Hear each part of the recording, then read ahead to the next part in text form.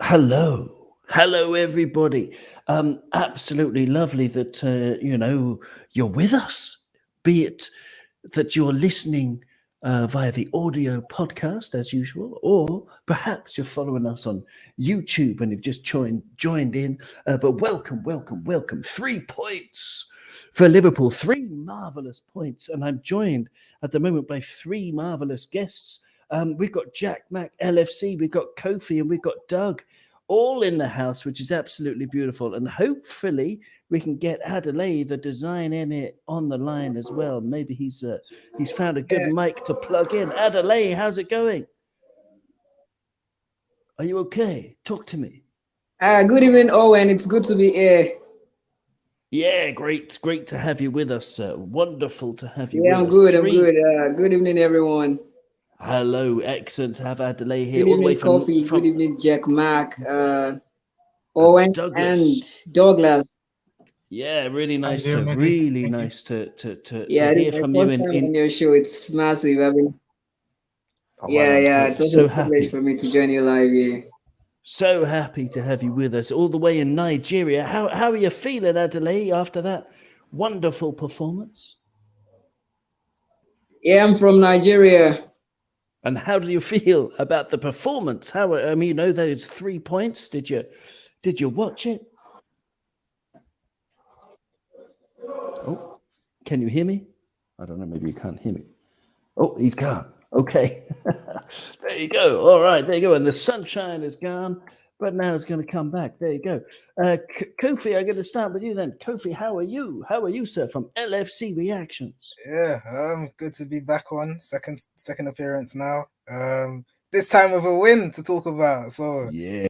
not much of not like last time where I was talking about a gloomy draw with Spurs. So be nice to be talking about all the things that went right today. So yeah. Yeah, and what are they, Kofi? What immediately, what's the first sort of positive that you can take from that match? More than one goal happened. Most importantly, yeah, obviously with the last game against Arsenal on Thursday, it was almost as if we were just lacking complete lack of cutting edge.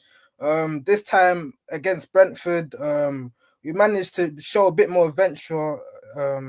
Managed to get on Curtis Jones and Oxlade-Chamberlain, to provide a bit more fluidity to our game, a bit more um, be a bit more dynamic with possession on the ball, and yeah, we reaped the rewards. So good to have 3 points on the board and hopefully kickstart this momentum going into this period of the season.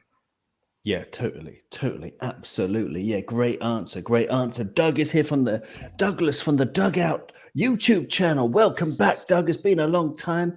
What are the positives for you? Kofi's talking about the amount of goals we scored, the general brightness in our attacking play. What about you?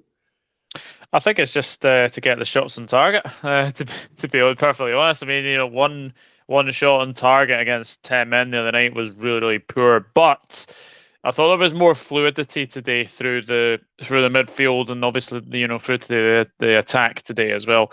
It's great to score 3 goals. And I never thought I'd be saying Fabinho is on a bit of a goal streak at the moment, which is always nice to see. It's always nice to see, I don't think it would be the Brazilian that would be on a goal streak, but no, Fabinho, great to see him scoring. It's that must, Fabinho, I think, has only had 2 goals maybe a season.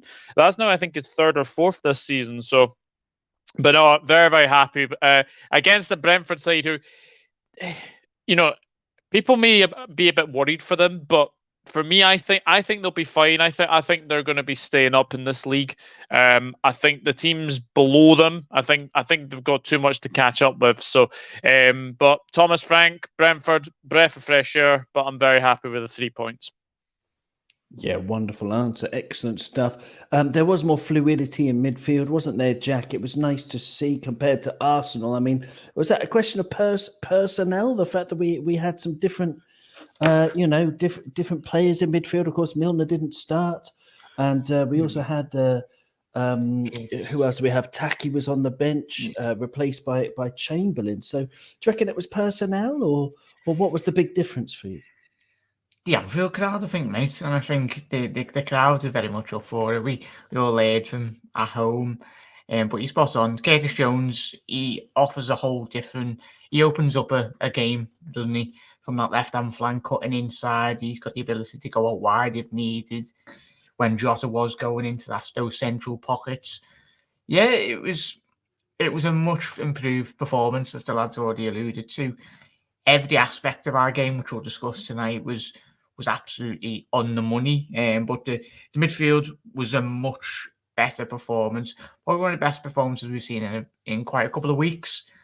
But the crowd didn't allow the players. They give all the confidence to the players, and they fed off it. And what I loved the most, I don't know if you lads picked up on it after the game, was how much it meant to Jurgen Klopp. You see him.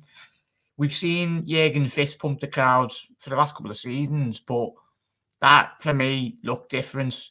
He's not give up on this title. I know quite a lot of Liverpool fans around the globe might have thrown in the towel, and I've said it a couple of weeks ago, but anything's possible in football. But what that showed from Jurgen Klopp, that he's never going to give up a title, a football game, but that will give our lads so much confidence in every aspect. And going into the Arsenal game, they're thrown in the towel against Spurs because they're bottling it in a North London derby, and we'll go to the Emirates and hopefully have a performance like that. We'll breeze past them with a lot of ease, I'd like to say. Yeah, hopefully so. Hopefully so. It's I don't know, we've got all that to look forward to. I haven't given up. I mean, I said this last time. I'm not going to give up until Big Sam's wife sings, as the old proverb goes. But I don't know if because I learned a new proverb yesterday, and a new proverb I learned was a French one, and it basically translates to if those who go to bed with an itchy butthole wake up with a smelly finger. And there's something to do with that, with the inevitability of all of that. I don't know. What do you think, Adelaide? Do you think if your mic is working, if your connection's okay, hopefully you can press the mic button is going to work? And do you think it's all inevitable that, Man City are going to keep the distance, keep this gap between us? Or do you think Liverpool still have a chance? Oh, no, I think it's not going to work, is it? Oh, okay. Kofi, I'm going to ask you the same question. Kofi, what do you think? Yeah, my thoughts. Personally, I think this Man City side just have too much at the disposal. Obviously, until it's mathematically impossible to win the league, you can never say never. We've won one of our games in hand now against Brentford. We got another game in hand coming up against Leeds. Obviously, then we got to play Man City at the Etihad, and then who knows, maybe the run-in, you might see some miraculous turnaround. Anything's possible in football, of course, but I have to be logistic, and at this moment in time, I think Man City will just about get another Premier League title at their disposal. But that doesn't mean that we shouldn't keep our league games consistent, because obviously we want to come into a good run of games coming into the other competitions as well. It's very important that we hold ourselves to a high regard, regardless of whether we think the title race is over or not. It's very important to Liverpool and to Jurgen Klopp especially. He's not going to allow standards to drop coming into the UEFA Champions League, FA Cup, etc. So it's just important just to keep that winning mentality going. And if any external circumstances work in our favour, and then there's a huge swing in the title race, then yeah, fans can begin to believe again, and we'll see what happens. But yeah, it's a very sticky situation. Yeah, that's the best way to describe it. A sticky situation. Yeah, I mean we are way behind. I don't know, Adelaide. Have you given up on the Premier League, or is it still a possibility? Well, to me, I don't really think Liverpool has what it takes to tussle City for the title, because looking at our past few games, we've not been really consistent. We've not been consistent when it comes to scoring goals, keeping clean sheets, and when it comes to comparing us with a Manchester City side who have what it takes I mean, these sides have also been hit with COVID, even though it's been minimal. Yeah, definitely it's been minimal, but this side have we've seen players like Jack Grealish go out, Raheem Sterling go out, Phil Foden at some points go forth and back, and this City side still keep getting 3 points, maximum points. I mean, we saw when Chelsea came to Etihad over the weekend, and City got that extra bite to defeat Chelsea, even though it was a tight and keenly contested encounter. But when we played against Chelsea, we saw what happened. We lost a 2-goal lead. So games like this, at the end of the day, later come to determine who goes on with the title. So looking at Liverpool, although we got a 3-0 victory over Brentford, but that should have been 6. So we've not really been clinical in front of goal recently, and against Arsenal, we were all over the place. So looking at this kind of run for Liverpool, it's not a run for who wants to win the title. So if we're going to win the title, we got to string a lot of consecutive victories because catching up against City is going to be very, very difficult.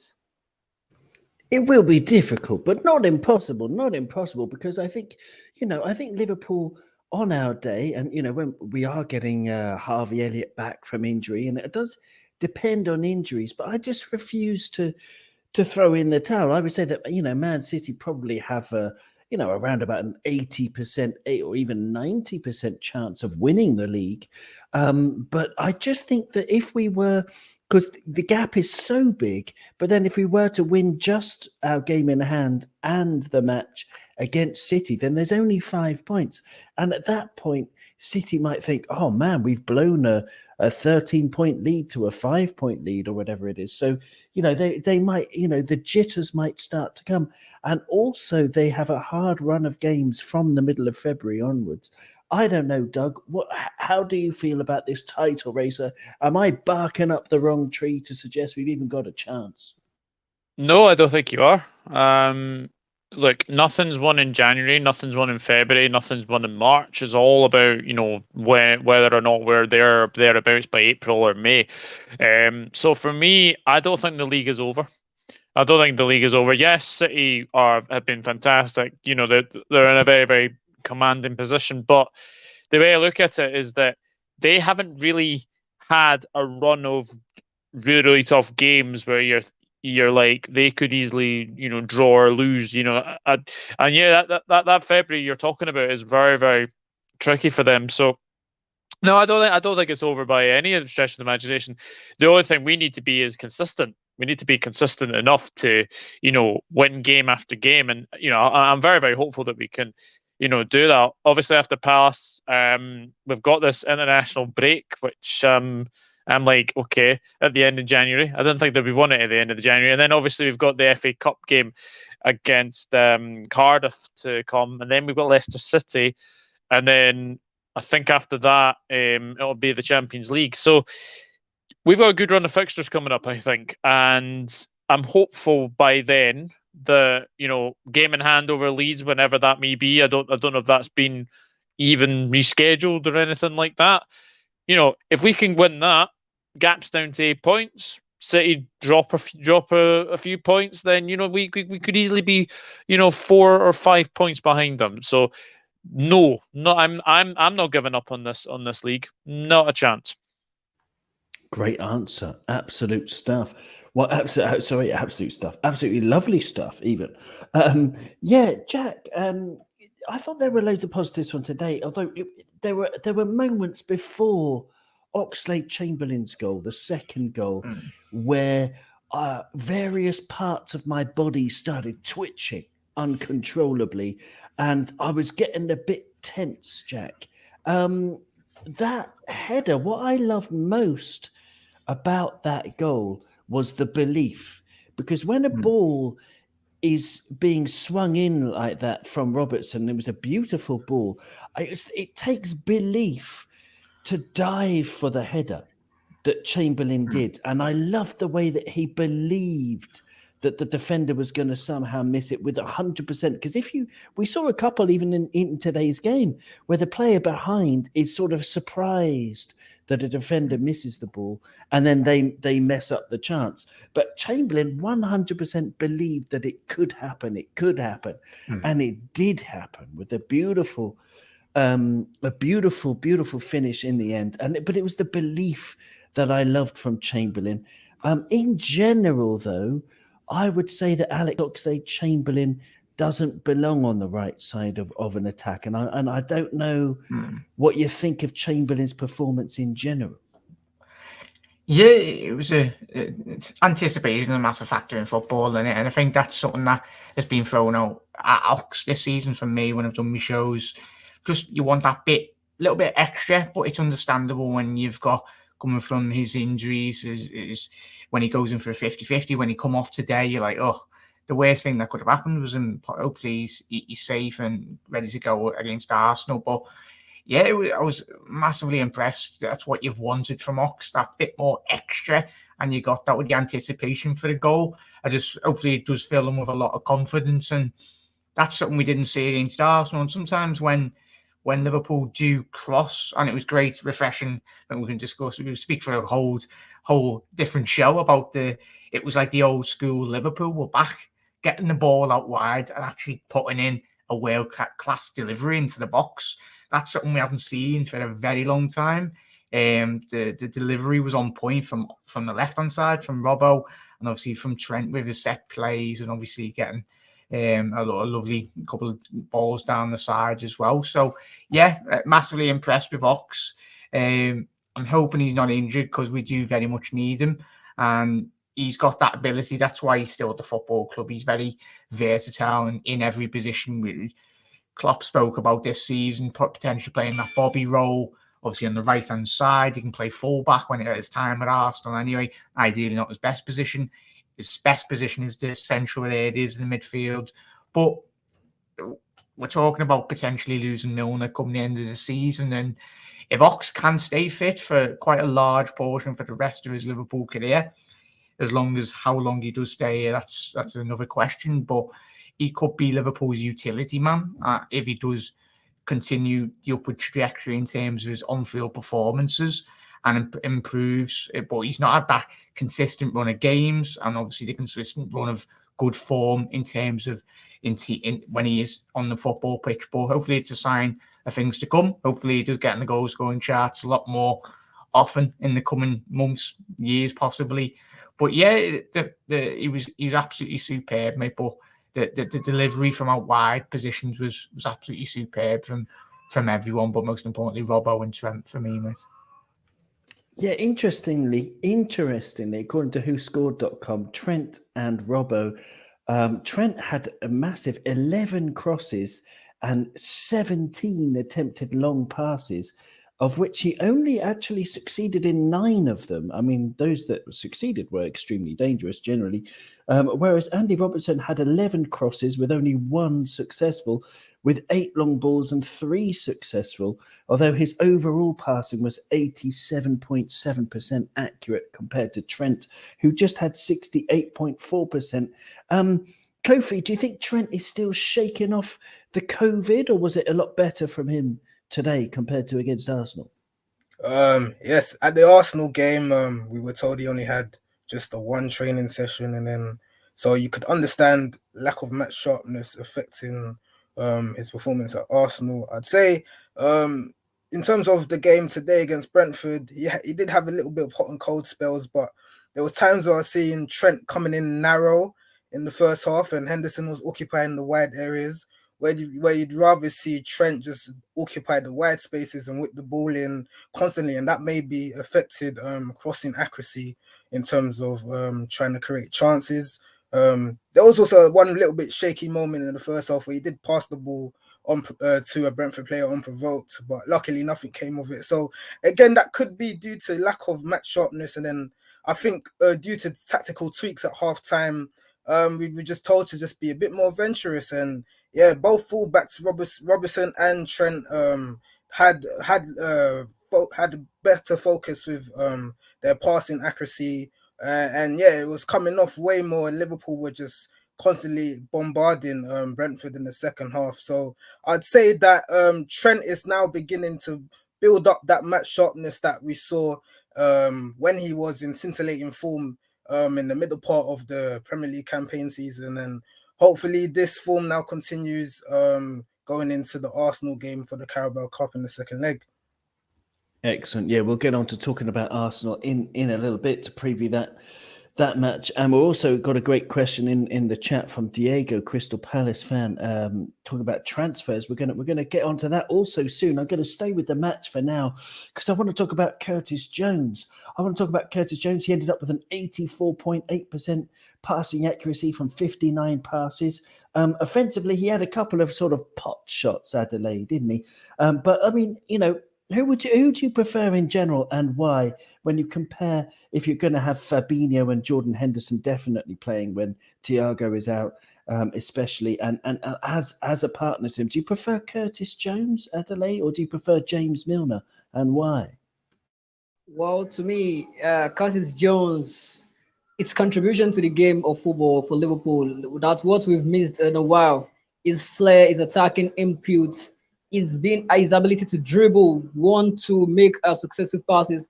I think when it comes to James Milner, I think Milner is good.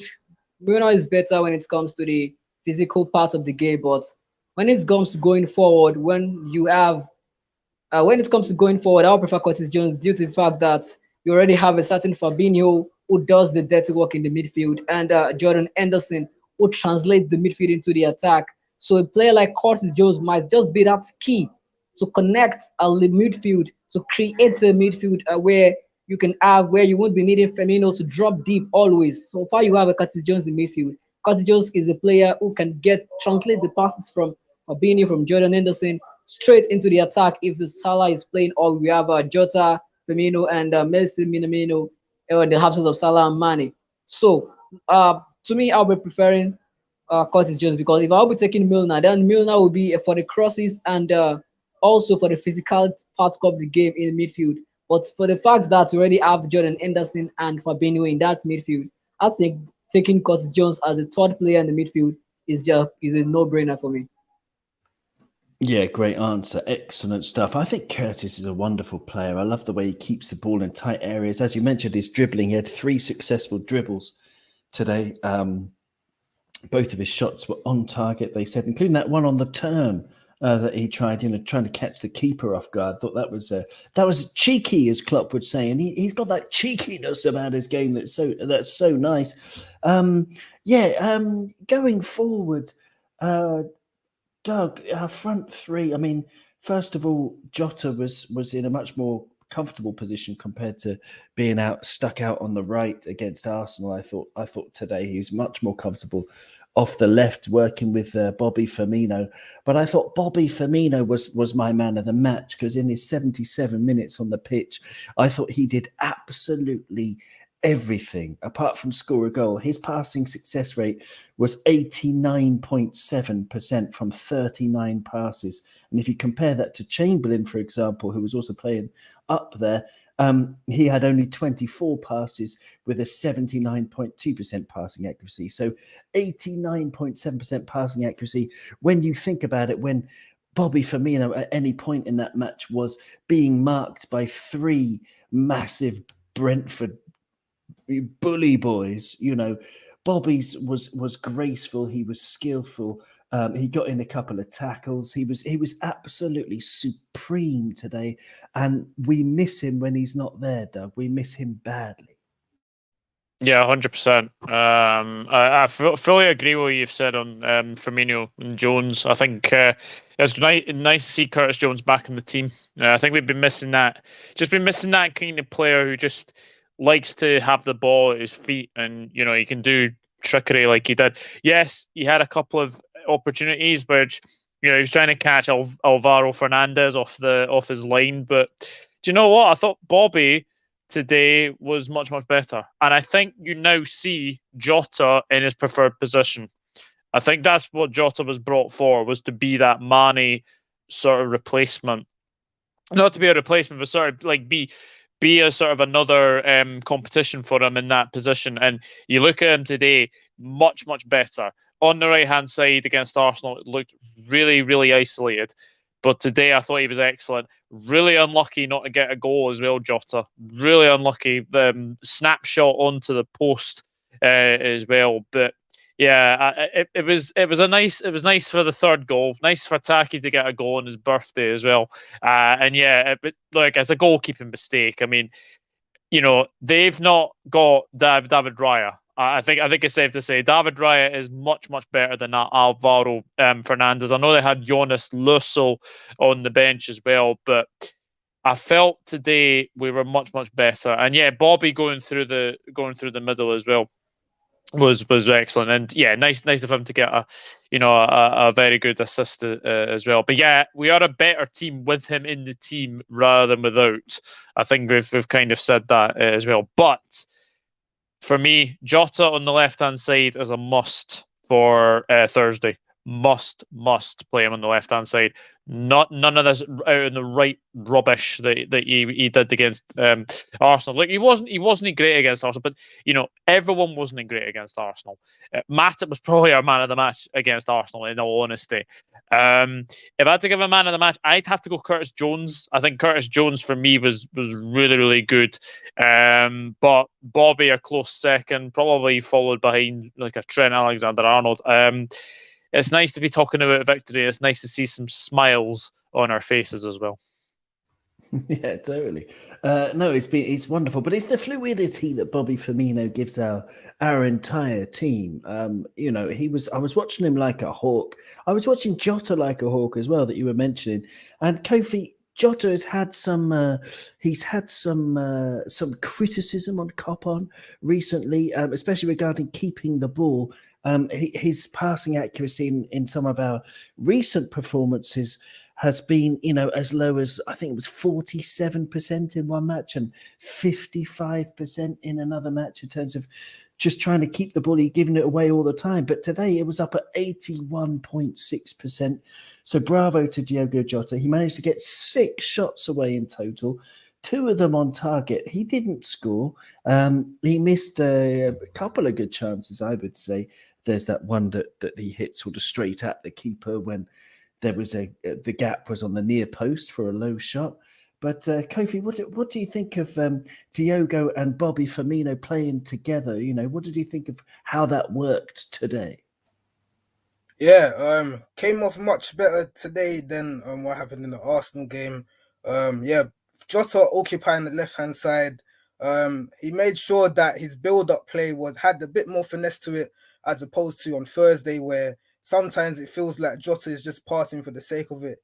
But yeah, he likes to be the guy that's getting on the end of the chances. But with no Salah and no Mane, he has to learn to get that adapt that part of the game to create chances and build a chemistry with Bobby Firmino. And you were seeing them intertwine beautifully in the second half, and it was causing Brentford all kinds of problems. And yeah, that's what Firmino, the most unselfish number 9 probably in world football. With that chance where he could have had a shot for the third goal, and he just gave it to Takumi Minamino. Here you go, mate, have a birthday goal.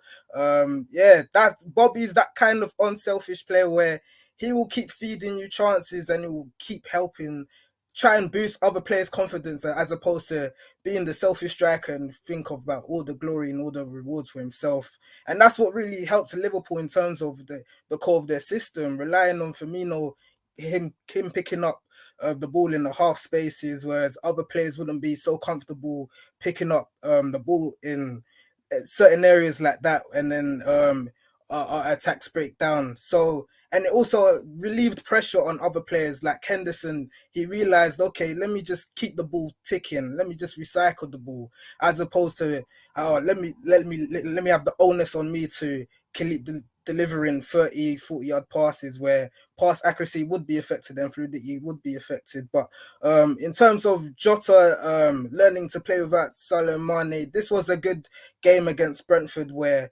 because obviously due to their lack of personnel, lack of quality, he can be a bit more experimental with link-up play. And yeah, he was very unlucky to score today as well with the both chances. And hopefully that's a partnership that continues for the next couple of games before Salah and Mane come back. Yeah, excellent answer. Great stuff. Jack, going to looking at our defenders. I mean, we didn't have all that much defending to do. because I think that the midfield was really good. It's before the game. If you compare this Brentford match to the other Brentford match, I was looking for us to avoid, for example, against Brentford the first time round. We had loads of times where Trent was isolated against two of their players. Loads of times. It happened about 15 times in the match. It was crazy. But this time, we managed to shut that down by outnumbering them in midfield. But the other thing I was looking for us to improve upon was Jean Matip against Ivan Toney. And in the first match, Matip was struggling. I think he lost quite a few headers against Tony, and he looked like he was a little bit off the pace. But today, I mean, he had another one of those slalom runs that almost ended in a goal. One day it will, and we're going to go absolutely crazy. But he was there were a couple of mistakes for him, a couple of unforced errors, but generally he read the game beautifully well. He covered Virgil extremely well, and he looked back to his best. Do you think? What do you think about Joel Matip, especially? Do you think that having Ibu there pushing him is really good for us? Yeah, it's tremendous, mate. And having Ibu and obviously Nat Phillips when he has played one of the very few games, but when he's come in, but we're allowed this season, touch wood, everyone. He's been sound in terms of being available. But I was rewatching that game earlier on in the season, mate, and the goals which we conceded when we took the lead twice, it was just calamitous in terms of obviously the six. So when it was on the 6-yard line, the 2 or 3 of the goal, I think all of them were just ricocheting all over the box, and it's just a lack of composure. But today we're a completely different animal in relation to that. Joel Matip, for me, if it wasn't for Salah and obviously Jota getting all the goals this year, he'll be a strong contender for my one of my players of the season. If he does continue in this run of vein of form, he is having a better season than Van Dijk by a country mile. But he is, I tell you, if he does, he's going to score one of the goals of the season, and he's just going to go past the bar, a Messi style-esque run and just batter one from like 25 yards from the top of the cup. Matip Donna. Yeah, and we had a cheeky Alisson goal last season, and I think Joel Matip. Oh, tell you what, Twitter would have an absolute field day. Out of context, Matip. When that day does come, and I'm pretty sure it will come very soon if he continues doing what he's been doing. But yeah, he embodies everything about Liverpool. He's confidence, he's composed on the ball. That's what you want from a centre half. And I tell you, free transfer. I know he's had his injuries in the past, but when he is fully fit, I tell you, we all know how good Joel Matip is. That you don't need to remind any Liverpool fan, but the rest of Europe needs to take a lot more concentration and just watch this, lads. Because I think if we are going to go far in Europe, we are going to go far in the league, solidify top 4 for Champions League football next season, any cup competitions against Arsenal, he is going to be the key for Liverpool at the heart of that Liverpool defence. Great answer. And his partner, Adelaide, old Virgil, is he back to his best? I seem to ask this question a lot this season, but I think it's very important. Is Virgil well and truly back to his very best in general? Oh, well, I won't say Virgil van Dijk is back to his very best because, oh, well, first and foremost, his injury to 53 days, that was massive. It was a long day out. And to, first of all, see him back at that top shape, it's so great. And I must commend him for the job well done. But now going forward, for Virgil van Dijk this season, he hasn't really been the Virgil van Dijk before the injury. And I'm thinking that was because he was at the peak, he was in the top form, playing a whole season, going up 50 games or thereabouts without being dribbled past at the time before he went injured. So I think he was at the peak of his career, peak of his game at Liverpool. Then he went injured, and then he lost almost the whole season injured, not kicking a ball. So for him to return and still make Liverpool start in 11, I think that's so massive for the Dutchman. But now going forward, I see some of his games. Virgil van Dijk, some days he can be the Virgil we've known before, and some days it will be the Virgil we've never seen before. So it's the consistency has been off track for him. And it's saddening sometimes when I see some balls and be like, oh no, Virgil should have done better there. Virgil should have gotten the ball past there. Get like a gate, like the goal, this Lookman's goal against Liverpool, Lookman's goal for Leicester against Liverpool. I was thinking Virgil van Dijk should have done better there. But and also against Chelsea, he made some errors, but his overall gameplay against Chelsea was still okay to me in my books, I would say. So I'm still thinking Virgil van Dijk still needs more games to get back into his former form. It might not even be in this season. And another thing is that Virgil van Dijk is already 30.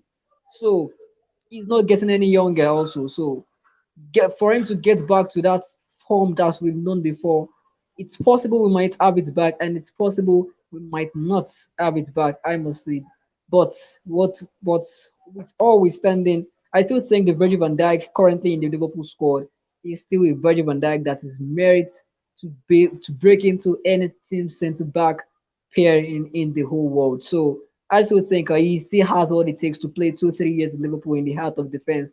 But it's very great for Liverpool to have gotten a player like in Ibrahim Konate. He's 20 going into 21, and he has a similar game style to Virgil van Dijk. Seeing this guy in a few years is gonna be the guy. It's gonna be the go-to guy to replace him. Easy peasy. So I think Liverpool have no worries. They have no trouble when it comes to the art of defense.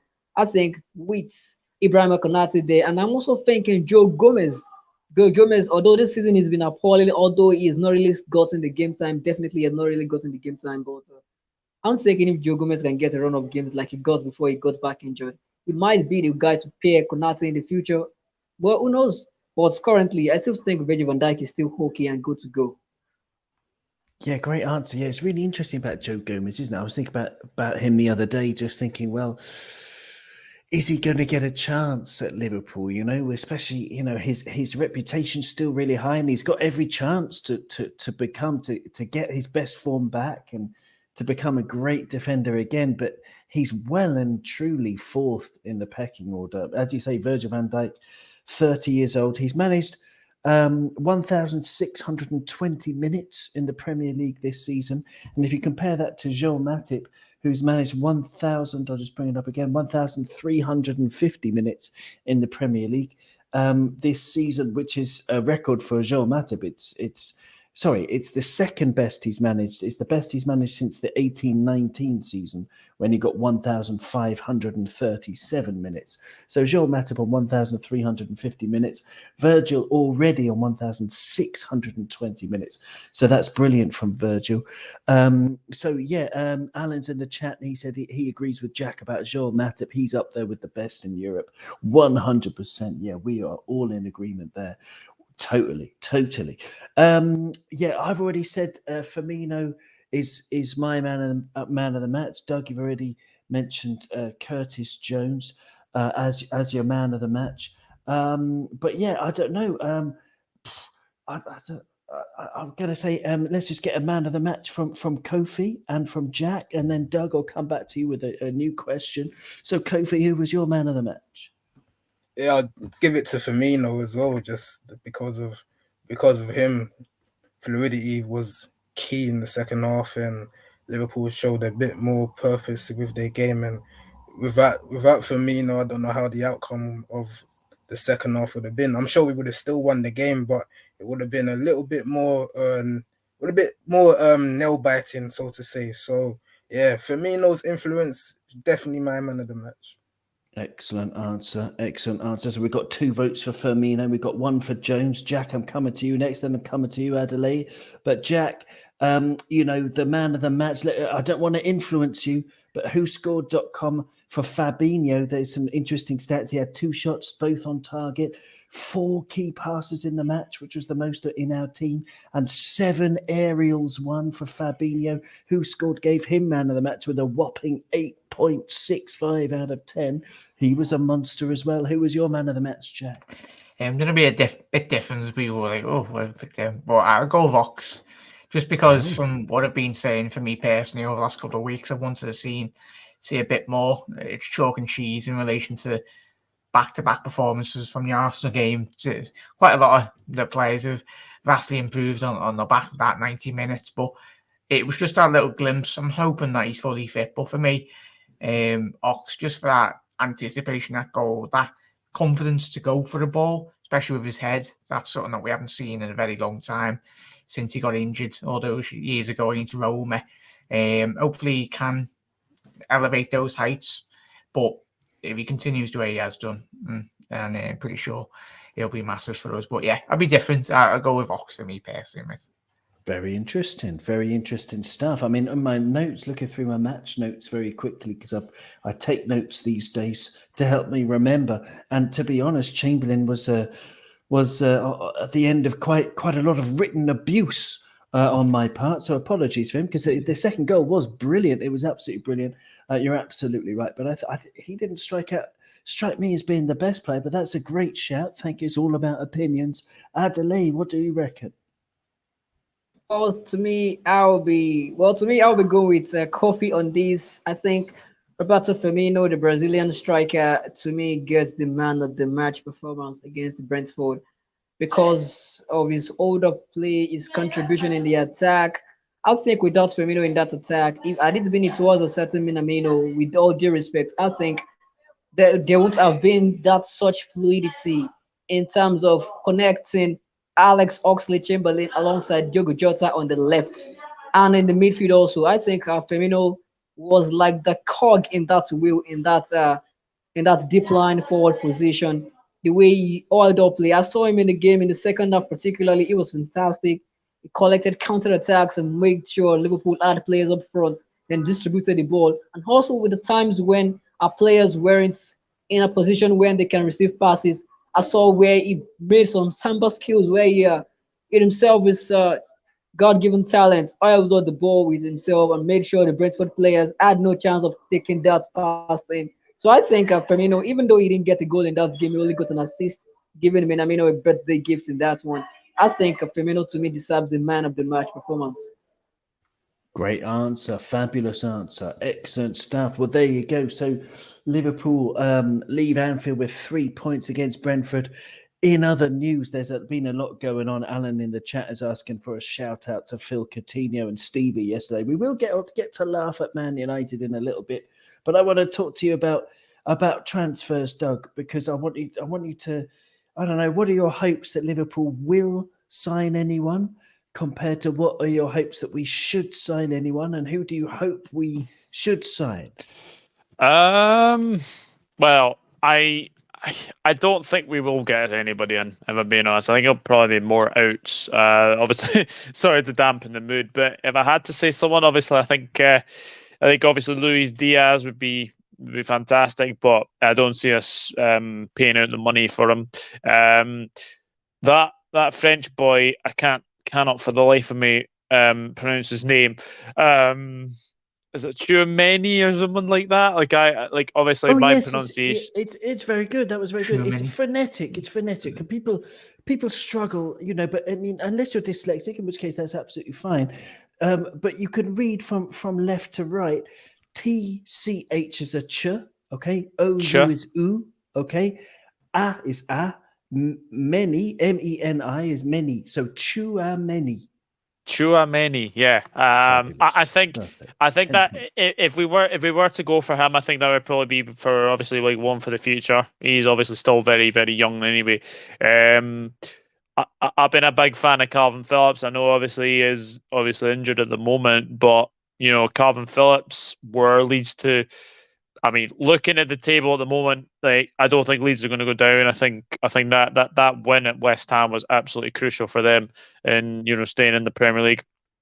And I look at the teams like under them as well. I don't think they're going to go down anyway. So, but yeah, Calvin Phillips for me would be one for sure, and Chouameni would be another one. But realistically, I think we'll probably do more business in the summer. Interesting stuff. Yeah, absolutely. In fact, Diego in the chat had a question about Kelvin Phillips, maybe Camavinga, but Camavinga's already gone to Real Madrid, Diego, unfortunately for everybody apart from Real Madrid, because he's a brilliant talent. But yeah, Calvin Phillips is a good shout. Chouameni, yeah, some midfield dynamos. Kofi, would you agree that's the kind of thing we need? I've been saying that for years. Oh yeah, most definitely. availability, like I said, is the biggest currency. If these players got good injury record, obviously you can add something different. Just like how when we implemented Genie Wijnaldum all those years ago, and Klopp built a system around Genie, and then it helps other players. We definitely need that type of signing. Something like a Basuma as well. That that type of role where he can drive with the ball and then provide key passes, cover spaces to allow Trent and Robbo to bomb on. Yeah, those them kind of signings I'd love to see. Also, maybe get Jared Bowen in, or have a look at Rafinha from Leeds, who both had both good games today. And if you saw the highlights of the West Ham Leeds game, that bit of firepower up front, and because Liverpool do need a long-term vision, all of our players are turning 29, 30. If they're all stuck to 3-4 year contracts, that means they're all going to be 33, 34 years old together. And if FSG got this sell to buy policy, who's going to buy all these 33, 34 year olds? And if you're relying on that to fund these players, we're going to end up in trouble. So we need to implement a signing. I'd love it to be in January, but I know John Henry and whoever's running the wheel. I know Michael Edwards is going at the end of the season, but I'd love for him just to pull out a rabbit out the hat and just surprise Liverpool fans. But it's looking. I'm a pessimist, so that's how it is at the minute. No, yeah, I mean it's a great answer, and yeah, I mean I think judging by our recent transfer activity, you're quite right to be a pessimist, because it doesn't look like it's FSG's policy to spend much money at all. But we, as you say, we need it more and more, don't we, Jack? I mean, the pressing needs. I mean, I was looking at just before you answer. I mean, I was looking at on Transfer Market. They have the website. They have the squad average ages. And you might be surprised, because I compared Liverpool to Man City and to Chelsea. Liverpool's average age is 27.3. Man City's is 27.2. And Chelsea's is 27.0. So exactly 27 for Chelsea. So maybe we're not that bad in terms of age, and this team can stick together for a couple more years. But I don't know. What do you reckon about all this transfer stuff, Jack? Yeah, it's probably James Milne, and he'll be there until he's 50 and still bring that age down, won't he? So he's unless the man's Benjamin Button, he's gonna get younger. Oh, we wish what a sign that would be. But yeah, it's Kofi's alluded to a player that I absolutely love. And I think he screams the most Jurgen Klopp signing going, and that's that man, Jared Bowen. I think he's got 6 goals, 7 assists in the Premier League, but you could see how well integrated he could just go straight in there. Not obviously Salah, because he's been tremendous, but I don't think he'd have any issues at all in terms of if he's playing on the left, through the middle, or on the right when needed. And then you could possibly sometimes, if you need to transfer Firmino into a midfielder, possibly in that floating number 10 role, or he's got the ability to play. He's got that creativeness that the lads have already alluded to today. Pick up those pockets of spaces from a deep line position. I think the longer his career goes, I think that's where potentially if Liverpool in the future would get an out-and-out number 9. I don't think that's how we play, but if a scenario did arise, then you've got the option to drop Bobby deeper. But Jared Bowen, I think he has to be up there in terms of potential transfers. I think Jurgen Klopp himself, he's hugged him a couple of times. You have to watch. Jurgen Klopp hugs everyone, but you always think, it's even when we always play Spurs, he has a good chit chat with Heung-min Son anyway, don't he? What a player. I imagine if he played for us, but no chance, especially Levy selling him for about 200 million. But Jared Bowen, it won't be cheap. Obviously, the West Ham lot, obviously he's probably one of their best players anyway, and they're pushing for Europe. So you're looking at a price tag at least 50 to 70 million. But for me, he's 25 years old and he's got his best years ahead of him, I think. And he'd fill a quota in that English slot that you need. So for me, and then another one is a dream signing would be Jude Bellingham. The longevity of him. Say he's played at Liverpool for like 12, 15 years. You paid 100 odd million. That's pocket change if you space it over 10, 12 year period. I don't think Dortmund would want the money straight away, similar to Ousmane Dembele and obviously the Coutinho structure in terms of those signings. So yeah, there's a deal there to be done. And Jude is good mates with Trent. And I'm pretty sure Trent, every time he goes away of England, he's asking Jude, "Hurry up, mate, come to Liverpool." And he's like, eventually. But it's that situation where Dortmund, in one window, they'd never allow their two. They had three of them, didn't they? They let Sancho go one summer. I think it will be Haaland next, and then Jude will be the last player to go. So even if he did stay at the Bundesliga side for a good another year and allowed Haaland to leave, then we've got enough quality in there for at least another year. But I think it wouldn't surprise me if James signed a new 12-year contract. A 12-month contract, Christ. That would take him up to 50. But yeah, Jude Bellingham and Jared Bowen, mate. And I know I say the dream signings, but I think for where Liverpool are at the current minute, we're one of the elite teams in Europe. I think we sometimes do need to remind ourselves and that, but strengthening when we're on top is something that we haven't done in the past and we need to do in the next couple of years. It's a very interesting answer. Jared Bowen, I mean, I would love the guy. I mean, there were stories of him. He's from Herefordshire, and pre-season, he didn't have to, but he did some extra fitness work running through the fields and a rainy English summer. I think he's terrific. And, but the problem is, I can't see it. I can't see it because, you said sort of 50 to 70 million. I think West Ham could well say, well, his contract doesn't run out until 2025. And, Grealish was 100 million. So we want at least 100 million for Jared Bowen because I think he's a better player than Grealish. I really do. He's more effective. He's pacier. He's got more gumph, more gusto than Jack Grealish, who basically has had one really good season ever. But anyway, who would you like to see, Adelaide? Would you like to see Jared Bowen, Bellingham, someone, robust midfielders or someone else?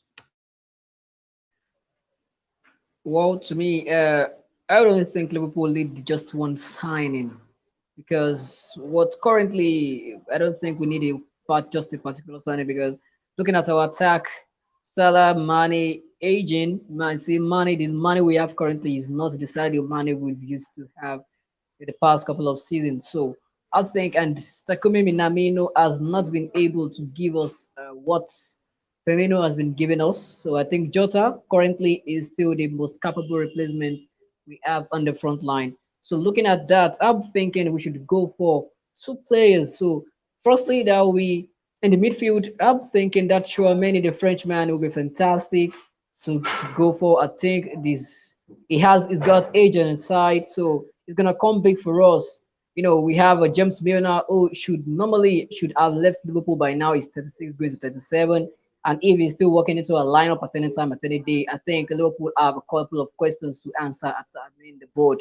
So I think Jared Bowen will be fantastic. The fact that Jared Bowen is an Englishman, it will help when it comes to the registrations. I think he will be better than certain Rafinha from Leeds. But at the same time, I think a Rafinha or Jared Bowen, anyone you get out of these two players, is going to be fantastic for us on the right hand side when Salah is not available. And also, so I think those two players, Tchouaméni and Jared Bowen or Rafinha, will be the go-to players for us in this summer because this January, I don't think we're going to sign anybody. Yeah, Rafinha is a great call. And I know you've got to head off now, Adelaide. So thank you very much for joining us. Is there anything you want to talk about in terms of, a shout out to all the great work you do, the broadcasting, the writing? Yeah, thank you. It's been a privilege to be here. This is my first time being on your podcast, so it's been fantastic. And to everyone out there listening and watching us live, I say, well done, keep supporting Liverpool. And from here, it's bye for now. Jack, Kofi, and Douglas, it's nice meeting you guys. Bye. Same to you, mate. Have a good day. Yes. Take care. Cheers, Adelaide. Thank you so Take much. care, It's been bro. an absolute pleasure having you with us. Unfortunately, Adelaide's going to miss out on a bit of fun that we're going to have because someone who was, in the chat was very good. Diego was talking about, perhaps loan deals. And speaking of loan deals, Phil Coutinho going to Villa, to Steven Gerrard's Aston Villa. It's pretty funny, Doug, isn't it? The way that he just, he comes back immediately, comes on the pitch and torments them. Yeah, I think if anybody had a prediction of who was to score for Aston Villa, I think Felipe Coutinho would have been high up there because it was just written in the stars. He'd come on for Steven Gerrard. He plays against Manchester United, who he scored against in the Europa League. And I thought yesterday, obviously gets an assist with the Ramsey goal. That Ramsey, by the way, what a player he's going to be. That Jacob Ramsey looks absolutely amazing. And then obviously Ramsey again to Coutinho. And I don't know what Varane was doing. Completely misses the ball, and Coutinho can't miss. It has to be said. But I was very, very happy because I thought Aston Villa deserved. I actually thought they deserved to win. I thought Manchester United kind of, when they went 2-0 up, I thought they were really, really poor. And then after that, Aston Villa kind of, I think they went 2-0 up against their own play. I thought Aston Villa were the much better side in the second half. But yeah, what a return for Felipe Coutinho to get a debut goal, and obviously against the club that he absolutely hates, and Manchester United. So it could not have got off to a perfect start for Coutinho. I did actually say as well, I think Coutinho under Gerrard, this is going to be special. This is not the last of his goals. I think he could score a few. I think you're right. Do you wish him well, Doug? I mean, I assume you do. You've forgiven him about his back troubles and faking his way out of our club. Yeah, I do wish him well. I've been kind of critical of him, obviously, when he left, but I do wish him well, and I do think he'll do well at Aston Villa. So yeah, of course, I wish him well. Obviously not against us, but against everybody else, yeah, definitely. Yeah, I feel the same. You've got to forgive and forget in this life, and as long as it's not Fernando Torres, the rat, joining us for a team in the same league, I'd say the same way. I don't like it when they join a team in the same league, but making a move to Barcelona, for example, you can understand it. Kofi, it's not the only ex-Liverpool thing that's making the news, because Rafa Benitez, of course, rumor has it that he's been sacked from Everton. I mean, if anything is inevitable, I mean, I mentioned that vulgar French expression at the start of the show. We don't need to go back into those dark depths. But, I mean, there was an air of inevitability about it. And there's someone called Prime Liverpool at Footy Stato on Twitter who says, Everton will sack Rafa. He said this yesterday. Everton will sack Rafa. Big Dunk will have 5 games against the bottom 8 and pick up some wins and get the job permanently, leaving them with a shit manager that's difficult to sack based on his club status. That's the crystal ball. That's what's going to happen. It's the gift that keeps giving. It's Everton Football Club. Do you want them to go down, Kofi? Are you just laughing at them? Do you want them to stay in the division so we can keep on laughing at them and beating them at the same time? What do you reckon? What's going on at the old lady? Well, it'd be a dream for Everton to get relegated after what they did to us last season. I mean, I'll never forget that moment. But they also provide so many comedic moments, so you're like, it's glass half full kind of situation, in terms of Rafa Benitez getting sacked, wow. Yeah, it was inevitable. What can I say? Who loses to Norwich? Norwich are the team that donate 3 points to every single Premier League side. Up comes the Eve, and then they somehow bottle it. And yeah, the board had to see that and be like, the team that donates 3 points, you end up losing. Nah, yeah, you're out. And yeah, only one win in 13 Premier League games. And that one win came against Arsenal. So that's 11 managers in how many years now for Everton? They're a very yo-yo club. I don't know what the board at Everton want for their club. Their fans seem to be incredibly toxic, and just things don't. And they're always stuck with players from different managers, and then you're trying to force a system. It's just chaos all around. Yeah, I don't know what the future for Everton holds. Maybe Wayne Rooney might be interested. Maybe Nuno might want to come back, redeem himself after what happened with Spurs. Or Jose Mourinho if he's crazy enough to go there. But yeah, that's Apparently, sorry to say this. Apparently, I've just read Roberto Martinez and Duncan Ferguson and Wayne Rooney are the favourites to take over at this moment in time. that's crazy. Man. I don't know why Martinez is Belgian manager, right? Currently, I don't know why he you want to is, give that. He's already managed the Ev, and he was hopeless. Yeah, he was. But you said you'd like them to go down. Wouldn't you miss Kofi just hammering Everton? I mean, even when they beat us last season, ultimately it was meaningless because we qualified for top 4. You know, I mean, that's the only time they've beaten us in 20 years, and it didn't matter a jot. I don't want them to go down. But you sure about that, Kofi? You want them to go down?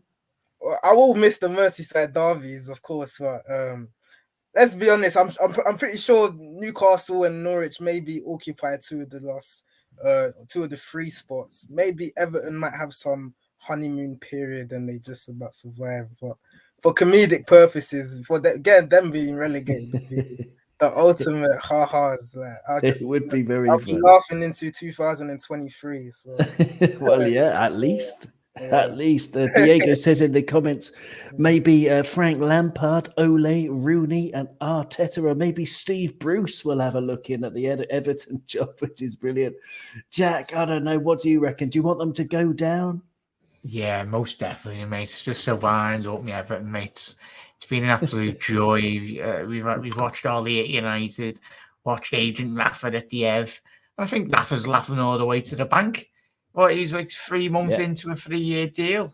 Yeah, and then that's got to be... Agent is a genius. I mentioned this at the beginning of the season. Rafa's agent is an absolute genius because there's only one thing that was always going to happen. He was going to get the sack. And he's had more golden handshakes at this stage than Goldfinger's golf partner. I don't know, Jack, but I would miss them if they went down. Yeah, just miss the whinging, wouldn't you? You can still hear them from bloody Goodison here. It's either that or them screaming to the ref, free kick, every single goal. It is embarrassing. I mean, and they give as much as they can take. Like, they can't take it. They give a load, especially on social media and even my mates. I haven't had a positive message off them for about since 1995. I wasn't even born then, so yeah. Jack, watch the dust that's coming just to your right there. That's from the Everton trophy cabinet. Yeah. Now as Colby and Doug have already alluded to, and everyone in chat, like they're an absolute mess, and it is quite embarrassing for that's an understatement. Yeah, like even if they did, I was speaking to my Ev mates. I'd even said like jokes aside, who? Like, for me, the most positive appointment would be, say, a Graham Potter. But it's if the board would have the time and the Everton fans, because they'd need at least 3 to 5 years to get that whole house in order. I think he's the most ambitious Everton could go. I think you don't want to be going to Martinez. You don't want to be going anywhere near Lampard. Big Sam? What about Slaven Bilic? Slaven Bilic. He didn't do much, did he, mate? West Ham, he got sacked as well, or he left. Yeah, but the thing is, before he was West Ham manager, he was actually linked with Everton. He has been linked with Everton a couple of times, so maybe third time lucky. Yeah, but it's a good call. But I think Slaven Bilic, I don't know. I heard an interesting rumor about him when he signed Arnautovic. Was it for West Brom for a club record fee, 30 million, something like that? And it didn't work out at all. But I think Slaven Bilic is I might be completely wrong, but he's somehow linked to Arnautovic's agent. And there was something a bit fishy going on with agents' fees, and maybe he got a backhander or something like that. I don't know. Cheeky 10 million payout there. Happy days. Yeah, well, yeah, who knows? Yeah, I mean, Speaking of agent fees, boys, just got off topic. Morata, there's something dodgy going on about him, and like the amount What of happened? money that has been exchanged from all those clubs. Has I he think got he's another move? I Yeah, don't know he's what's gone- going on. What's going on yeah, with he's- Morata? He's gone to somewhere else for a couple of mil. I think he has moved in Goodness this gracious. window. Is it Barcelona?